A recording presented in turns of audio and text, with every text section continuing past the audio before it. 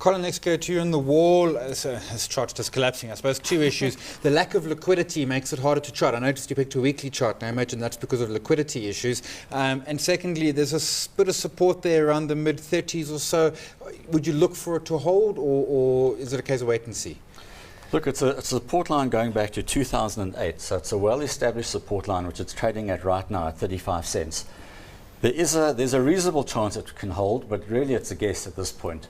I myself wouldn't go in and buy it unless it breaks out above this resistance line at 45 cents.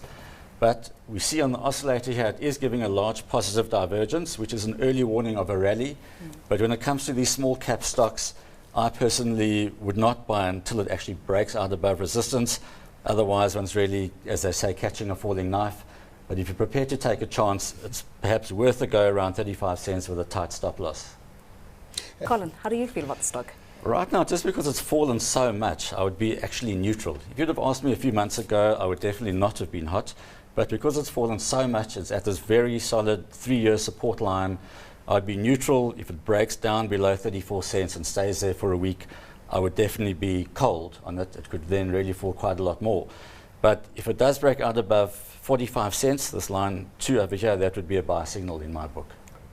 Colin, you've already pulled up the chart for your favorite stock, British American Tobacco. Tell us why you like it so much.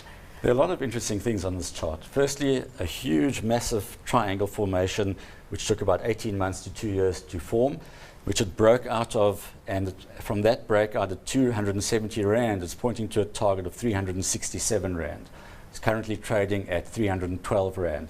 There's still quite a good bit of upside there, about 20% at least in the stock. That's a minimum target.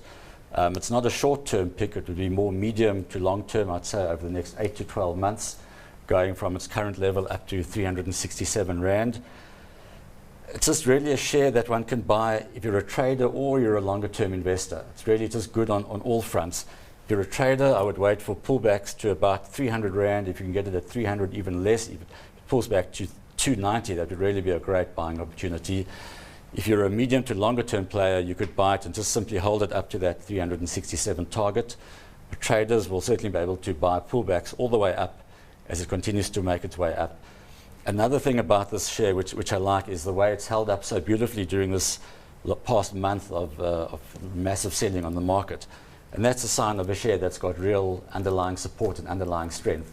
So there are really many good factors about this share. It also pays a very good dividend, close to 5%. So all in all, it's really a good pick. Right now, as we speak, though, is slightly overbought on the oscillator.